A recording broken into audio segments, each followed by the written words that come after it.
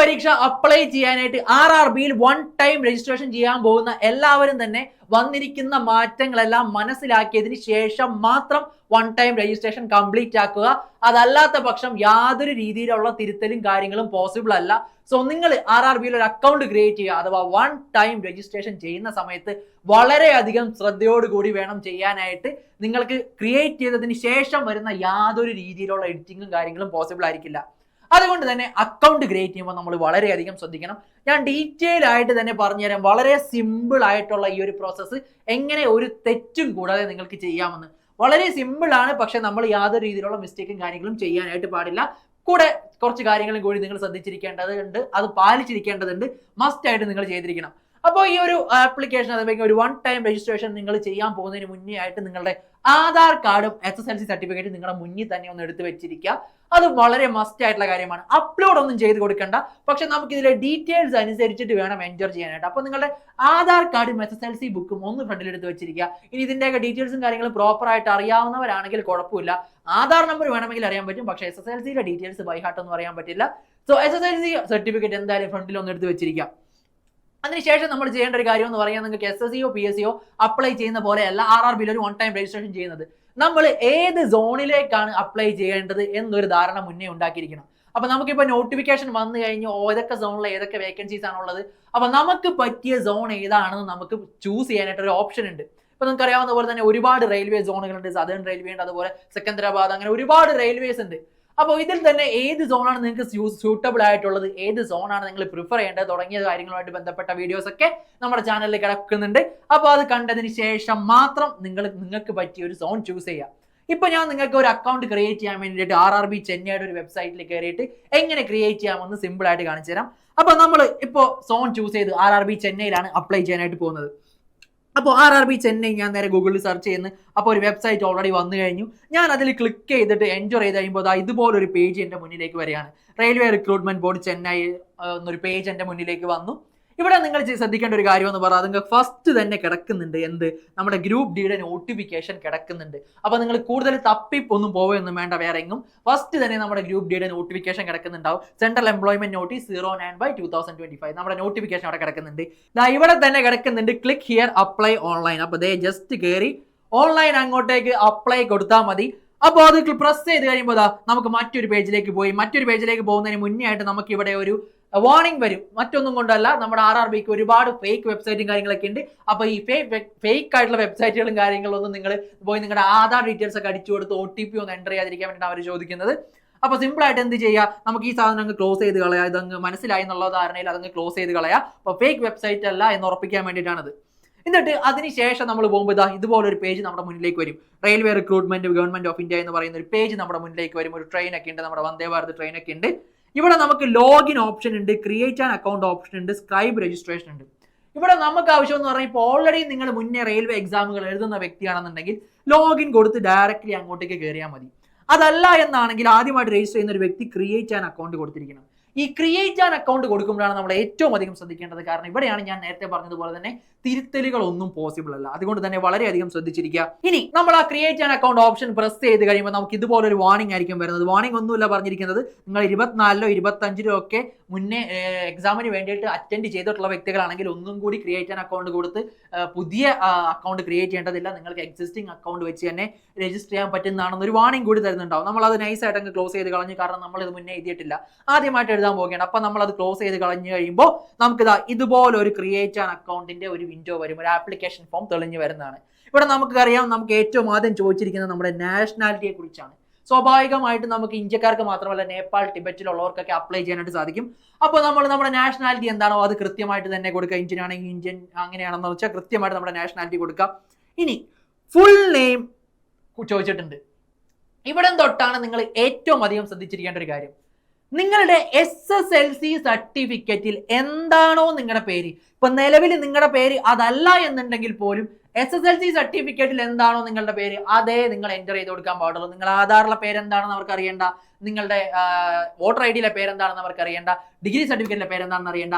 SSLC സർട്ടിഫിക്കറ്റിൽ എന്താണോ നിങ്ങളുടെ പേരുള്ളത് അത് തന്നെ നിങ്ങൾ എൻ്റർ ചെയ്ത് കൊടുത്തിരിക്കണം. നിങ്ങളുടെ ഡേറ്റ് ഓഫ് ബർത്ത് ആയിക്കോട്ടെ, അച്ഛൻ്റെ പേരായിക്കോട്ടെ, എന്ത് പേരാണെങ്കിലും ശരി, എന്താണെങ്കിലും ശരി SSLC സർട്ടിഫിക്കറ്റിലുള്ളതുപോലെ മാത്രം എൻ്റർ ചെയ്യാനായിട്ട് എല്ലാവരും ശ്രദ്ധിക്കുക. ഇവിടെ full name as per the matriculation 10th class certificate എന്ന് ചോദിച്ചിട്ടുണ്ട്. അപ്പൊ നിങ്ങളുടെ പേര് എന്ത് ചെയ്യുക, 10th ക്ലാസ് സർട്ടിഫിക്കറ്റിലെ പോലെ തന്നെ എൻ്റർ ചെയ്യുക. ആധാറുമായിട്ട് പോലെയല്ല എൻ്റർ ചെയ്യേണ്ടത്. ഇനി ആരും പേടിക്കേണ്ട ആവശ്യമില്ല. ഇതിൽ എന്തെങ്കിലും ഇപ്പൊ എൻ്റെ യഥാർത്ഥ പേരുമായിട്ട് മിസ്റ്റേക്ക് ഉണ്ടെന്നൊക്കെ ഓർത്ത് ആരും വിഷമിക്കേണ്ട ആവശ്യമില്ല. അതൊരു അഫിഡവിറ്റ് സബ്മിറ്റ് ചെയ്താൽ മതി. ഡോക്യുമെന്റ് വെരിഫിക്കേഷനുമായിട്ട് ബന്ധപ്പെട്ട് ഞാനൊരു വീഡിയോ ചെയ്തിട്ടുണ്ട്. അതൊന്ന് കണ്ടാൽ നിങ്ങളുടെ സകല സംശയങ്ങളും മാറും. സോ ആ ഒരു പേടിയൊന്നും ഒരാൾക്ക് വേണ്ട. SSLC സർട്ടിഫിക്കറ്റ് പോലെ തന്നെ നിങ്ങൾ അത് ഫില്ല് ചെയ്തോളാം. നിങ്ങൾ ഫുൾ നെയിം ഒന്നുകൂടി ഒന്ന് അടിച്ചു കൊടുക്കേണ്ടി വരും, റീടൈപ്പ് ചെയ്യേണ്ടി വരും. അഗൈൻ നമ്മൾ ഓപ്ഷൻ ചോദിച്ചിട്ടുണ്ട്, have you changed your name ഈ അടുത്ത് ചേഞ്ച് ചെയ്തോ എന്ന് ചോദിച്ചിട്ടുണ്ട്. ഞാൻ പറഞ്ഞില്ലേ, ചിലപ്പോൾ SSLC ബുക്കിലെ പേരെ ആയിരിക്കില്ല ചിലപ്പോൾ നിങ്ങളുടെ ഇപ്പോൾ നിലവിലുള്ള പേര്. അപ്പോൾ അങ്ങനെയാണ് എന്നുണ്ടെങ്കിൽ നിങ്ങൾക്ക് അവിടെയും ഓപ്ഷൻസ് പ്രസ് ചെയ്ത് കൊടുക്കാനായിട്ട് പറ്റും. ഇനി അതല്ല എന്നാണെങ്കിൽ ഡേറ്റ് ഓഫ് ബർത്ത് എടുക്കുക. ഡേറ്റ് ഓഫ് ബർത്തും അഗെയിൻ SSLC സർട്ടിഫിക്കറ്റിലെ ഡേറ്റ് ഓഫ് ബർത്ത് തന്നെ. ഇപ്പൊ പലരും നമ്മുടെ ഗ്രൂപ്പ് ഡി പരീക്ഷ നടക്കുമ്പോൾ കമന്റ് ചെയ്യുന്നതാണ്, സാർ എന്റെ ഡേറ്റ് ഓഫ് ബർത്ത് SSLCയിലെ മറ്റു ബർത്ത് സർട്ടിഫിക്കറ്റ് തമ്മിൽ വ്യത്യാസമുണ്ട്. അതൊരു വിഷയമല്ല. SSLC വെച്ച് തന്നെ നിങ്ങൾ നിങ്ങളുടെ ഡേറ്റ് ഓഫ് ബർത്ത് കൊടുത്തു. ഒറിജിനൽ ഡേറ്റ് ഓഫ് ബർത്ത് തെറ്റാണെങ്കിലും കുഴപ്പമില്ല. നിങ്ങൾ എന്ത് ചെയ്യുക, നിലവിലുള്ള SSLC സർട്ടിഫിക്കറ്റിലെ ഡേറ്റ് ഓഫ് ബർത്ത് അനുസരിച്ച് തന്നെ കൊടുക്കുക.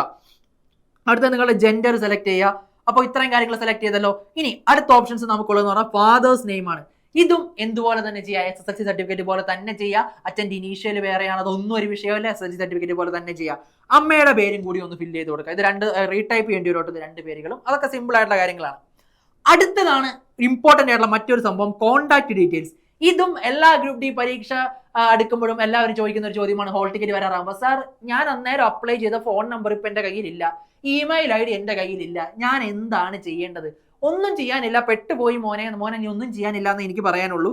സിംപിളി നിങ്ങൾക്ക് ഇതുപോലും ചെയ്യാൻ പറ്റുന്നില്ല എന്നുണ്ടെങ്കിൽ പിന്നെ നിങ്ങൾ എന്തിനാണ് ഈ പരീക്ഷയ്ക്ക് വേണ്ടി പഠിക്കുന്നത്? എന്തെങ്കിലും ബുദ്ധിമുട്ടുള്ള കാര്യമാണോ? എല്ലാവർക്കും ഇപ്പോൾ സ്മാർട്ട് ഫോൺ ഉണ്ട്, എല്ലാവർക്കും ഒരു ഇമെയിൽ ID ഉണ്ട്. ഇവർ ചെയ്യുന്നതെന്ന് പറഞ്ഞാൽ ഓരോ ഫോൺ മാറ്റുമ്പോൾ ഓരോ പുതിയ ഇമെയിൽ ID എടുക്കും, അല്ലെങ്കിൽ ഇമെയിലിന്റെ പാസ്വേഡ് അന്നേരം തോന്നുന്നത് പോലെ അടിച്ചു വയ്ക്കും. അതല്ലെങ്കിൽ ഒരു ബന്ധവുമില്ലാത്ത ആൾക്കാരെ കൊണ്ട് ഇമെയിൽ ID ഒക്കെ ക്രിയേറ്റ് ചെയ്ത് വെച്ചിട്ടുണ്ടാവും. അവർക്ക് അന്നേരം ഫോൺ ഉപയോഗിച്ചാൽ മതിയല്ലോ. കാരണം ജിമെയിലിൽ ഒരു അക്കൗണ്ട് ക്രിയേറ്റ് ചെയ്യാനായിട്ട് വേറെ ആരെക്കൊണ്ടെങ്കിലും അവർക്ക് ഇഷ്ടമുള്ള ഒരു പാസ്വേഡ് അടിച്ചു കൊടുത്ത് അക്കൗണ്ട് ക്രിയേറ്റ് ചെയ്യും. പിന്നെ അതിനുശേഷം പുതിയ ഫോൺ എടുക്കുമ്പോൾ പഴയ അക്കൗണ്ട് പോകും. ഇങ്ങനെ ഒരുപാട് പ്രശ്നങ്ങളൊക്കെ ഉണ്ട്. ഒരു കാര്യം ചെയ്യാൻ, നിങ്ങൾക്ക് പ്രോപ്പർ ആയിട്ട് ഒരു ഇമെയിൽ ഐഡിയും ഫോൺ നമ്പറും ഇതുവരെ ഇല്ലാന്നാണെങ്കിൽ വേണമെങ്കിൽ ഒരു പുതിയ കണക്ഷനും പുതിയൊരു ഇമെയിൽ ഐഡിയും എടുത്തതിന് ശേഷം മാത്രം ഇതിന് അപ്ലൈ ചെയ്യാനായിട്ട് പോയാൽ മതി. കാരണം ഇത് മസ്റ്റ് ആയിട്ടുള്ള കാര്യമാണ്. ഒന്ന്, ഇത് തിരുത്താൻ പറ്റില്ല. രണ്ടാമത്തേത് നിങ്ങളുടെ ഹോൾ ടിക്കറ്റും കാര്യങ്ങളൊക്കെ ഇതിലോട്ടേ വരുള്ളൂ. അപ്പോൾ ഇത് ഇപ്പോൾ കയ്യിലില്ല എന്നാണെങ്കിൽ നിങ്ങൾക്ക് എക്സാം എഴുതാൻ പറ്റില്ല. രണ്ട് കാര്യങ്ങൾ മനസ്സിൽ വെച്ചിരിക്കുക. ഇനി ഇമെയിൽ അഡ്രസ്സ്, ഞാൻ പറഞ്ഞ പോലെ തന്നെ നല്ലൊരു ഇമെയിൽ അഡ്രസ്സ് നിങ്ങൾക്ക് പുതിയത് ക്രിയേറ്റ് ചെയ്യണമെങ്കിൽ ക്രിയേറ്റ് ചെയ്യാം, ഇതിന് വേണ്ടി ക്രിയേറ്റ് ചെയ്യണമെങ്കിൽ ക്രിയേറ്റ് ചെയ്യാം. അതല്ല പ്രോപ്പറായിട്ട് ഇമെയിൽ അഡ്രസ്സ് ഉണ്ടെങ്കിൽ അത് അടിച്ചു കൊടുക്കുക. അപ്പോൾ ഒരു OTP വരും, ആ OTP എൻ്റർ ചെയ്യുക. ഇനി മൊബൈൽ നമ്പറും കഫേലെ ചേട്ടൻ്റെയോ അല്ലെങ്കിൽ കുടുംബക്കാരെയോ നമ്പർ അല്ല, സ്വന്തം നമ്പർ തന്നെ കൊടുക്കാനായിട്ട് എപ്പോഴും ശ്രദ്ധിക്കുക. ആ മൊബൈൽ നമ്പർ എൻ്റർ ചെയ്ത് കൊടുക്കുക, ഒരു OTP വരും, അതും എൻ്റർ ചെയ്യുക. അപ്പോൾ ഏകദേശം ആ ഒരു പ്രോസസ്സ് നിങ്ങൾക്ക് കംപ്ലീറ്റ് ആയി കഴിഞ്ഞു. ഇനി അടുത്തതായിട്ട് ചെയ്യേണ്ട ഒരു കാര്യം എന്താണെന്ന് നോക്കാം. ഇവിടെ നോക്കേണ്ടതെന്ന് പറഞ്ഞാൽ ആധാർ വെരിഫിക്കേഷനെ കുറിച്ചാണ്. ഇവിടെ നമുക്ക് RRB പരീക്ഷയ്ക്ക് എൻ്റർ ചെയ്യണമെന്നുണ്ടെങ്കിൽ ആധാറിന്റെ ബയോമെട്രിക് വെരിഫിക്കേഷൻ മാൻഡേറ്ററി ആണ്. അപ്പോൾ നിങ്ങൾക്ക് വേറെ എന്തൊക്കെ ഉണ്ടെന്ന് പറഞ്ഞിട്ട് കാര്യമില്ല, വോട്ടർ ID ഉണ്ടെന്ന് പറഞ്ഞിട്ട് കാര്യമില്ല, നിങ്ങൾക്ക് വേറെ എന്ത് ഡോക്യുമെന്റ് ഉണ്ടെന്ന് പറഞ്ഞിട്ട് കാര്യമില്ല, ആധാറാണ് മസ്റ്റ്. സോ നിങ്ങൾ ഇവിടെ പ്രസ് ചെയ്യേണ്ടതെന്ന് പറഞ്ഞാൽ ഇത് നമുക്ക് ഡിജിലോക്കർ വഴി ചെയ്യാം. അതല്ലാന്നുണ്ടെങ്കിൽ സിമ്പിൾ പരിപാടി എന്ന് പറഞ്ഞാൽ വെരിഫിക്കേഷൻ ത്രൂ ആധാർ, ഈ ഒരു സംഭവം അങ്ങോട്ട് ക്ലിക്ക് ചെയ്യുക. വെരിഫിക്കേഷൻ ത്രൂ ആധാർ എന്ന് പറയുന്ന ഒരു ഓപ്ഷൻ അങ്ങോട്ട് ക്ലിക്ക് ചെയ്തേക്കാം. ഇനി I do not have an Aadhaar എന്നൊരു ഓപ്ഷനും കൂടി ഉണ്ട്. അത് ഞാൻ എങ്ങനെയാണെന്ന് പറഞ്ഞുതരാം. ഇപ്പം നിങ്ങൾക്ക് വെരിഫിക്കേഷൻ ത്രൂ ആധാർ എന്നാണ് നിങ്ങൾ പ്രസ് ചെയ്യുന്നതെന്നാണെങ്കിൽ നിങ്ങൾക്കിവിടെ നിങ്ങളുടെ ആധാർ ID എൻ്റർ ചെയ്യാനായിട്ട് ഇതുപോലൊരു ടേബിൾ അവിടെ വരും. ഇതുപോലൊരു ഓപ്ഷൻ അവിടെ കാണിക്കും. Please enter your Aadhaar number എന്ന് പറഞ്ഞ് കാണിക്കും.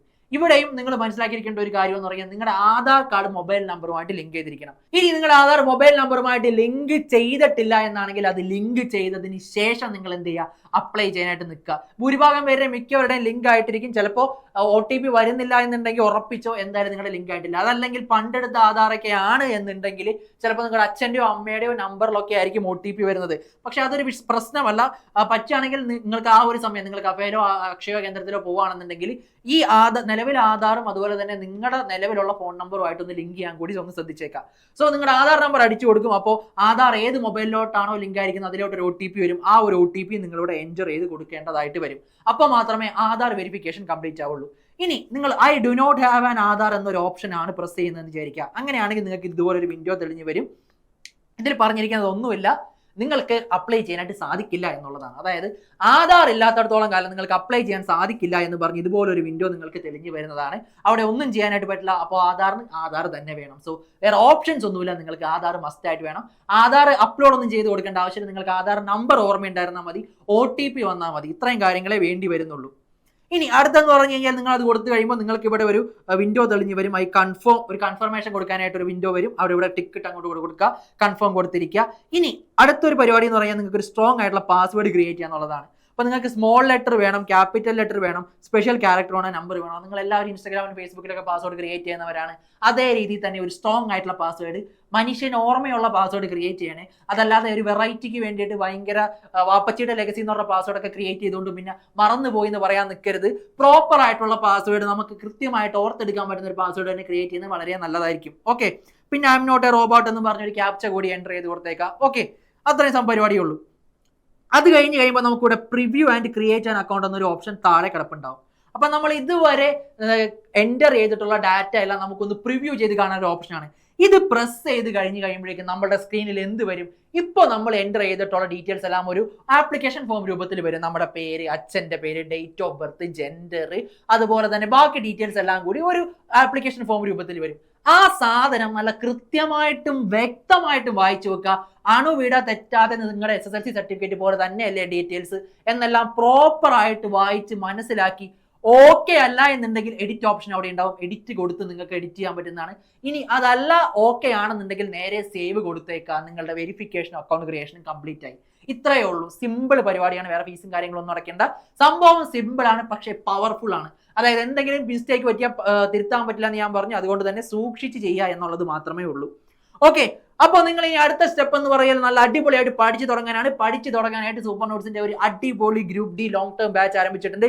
ഈ അശ്വ ബാച്ച് ഞാൻ എപ്പോഴും പറയാറുണ്ട്, നിങ്ങളുടെ ഇഷ്ടത്തിന് പഠിക്കാനുള്ള ബാച്ചല്ല, ഞങ്ങൾ നിങ്ങളെ പഠിപ്പിക്കുന്ന ബാച്ചാണ്. നിങ്ങൾക്ക് പ്രോപ്പർ ആയിട്ടൊരു സ്റ്റഡി പ്ലാൻ ഇട്ടുകൊണ്ട് ഏത് സമയം നിങ്ങൾ എന്തൊക്കെ ചെയ്യണം, ഏതൊക്കെ ടോപ്പിക്കുകൾ പഠിക്കണമെന്ന് പറഞ്ഞു തന്നുകൊണ്ട് അത് നിങ്ങൾ ചെയ്തോ ഇല്ലയെന്ന് അന്വേഷിക്കുന്ന ഒരു ബാച്ചാണ് ഗ്രൂപ്പ് ഡി ബാച്ച്. കാരണം പ്രോപ്പർ ആയിട്ട് നിങ്ങളുടെ മെന്റർ നിങ്ങളെ ഫോളോ ചെയ്യുന്നുണ്ടാവും. നിങ്ങൾ ഈ ടോപ്പിക് ഇന്ന ദിവസം പഠിച്ചോ, ഇല്ലെങ്കിൽ എന്തുകൊണ്ട് പഠിച്ചില്ല. പലരും നമ്മളോട് ഫീഡ്ബാക്ക് പറയാറുണ്ട്. ഞങ്ങളോട് മറുപടി പറയണമല്ലോ എന്ന് വിചാരിച്ചെങ്കിൽ ഞാൻ ഇരുന്ന് പഠിക്കാറുണ്ട്. സോ മടിയന്മാരായിട്ടുള്ളവരാണ് നിങ്ങളെങ്കിൽ നേരെ ഇങ്ങോട്ടേക്ക് പോകുന്നു. കാരണം ഞങ്ങൾ നിങ്ങളെ പഠിപ്പിച്ചിട്ടേ വിടുകയുള്ളൂ.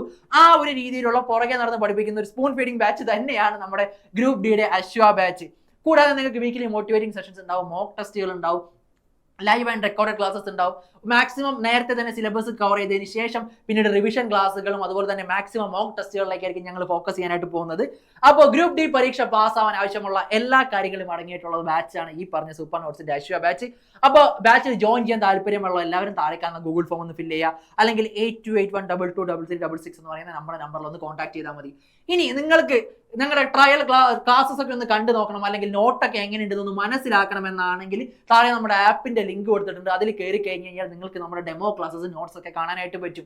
നല്ല പ്രിന്റ് എടുക്കാൻ പറ്റുന്ന പ്രോപ്പർ ക്വാളിറ്റി ഉള്ള നോട്ടുകളാണ് ഇംഗ്ലീഷിലും മലയാളത്തിലും നിങ്ങൾക്ക് ലഭിക്കാനായിട്ട് പോകുന്നത്. നമുക്കറിയാവുന്ന പോലെ തന്നെ ഗ്രൂപ്പ് ഡി മലയാളത്തിലും എഴുതാനായിട്ട് പറ്റും. നിങ്ങൾക്ക് നോട്ടുകൾ മലയാളത്തിൽ കിട്ടുന്നതാണ്. അപ്പോൾ ആ കാര്യത്തിലും ആർക്കും ഒരു പേടിയുടെ ആവശ്യമില്ല. നിങ്ങൾക്ക് 2 ലാംഗ്വേജിലും പഠിക്കാനായിട്ട് പറ്റും. PPT അല്ല, പ്രോപ്പർ നോട്ടുകൾ വെച്ച് തന്നെ പഠിക്കാനായിട്ട് പറ്റും. അപ്പോൾ പഠിക്കാൻ വേണ്ട സകല സാധനങ്ങളും ഇവിടെയുണ്ട്. നിങ്ങളൊരു തീരുമാനം മാത്രം എടുത്താൽ മതി, ഞാൻ ഈ ഒരു പരീക്ഷ പാസ്സാവുമെന്ന്. അപ്പോൾ മക്കളെ അടിപൊളിയായിട്ട് തന്നെ പഠിച്ചു തുടങ്ങിക്കോ. Thank you and all the best.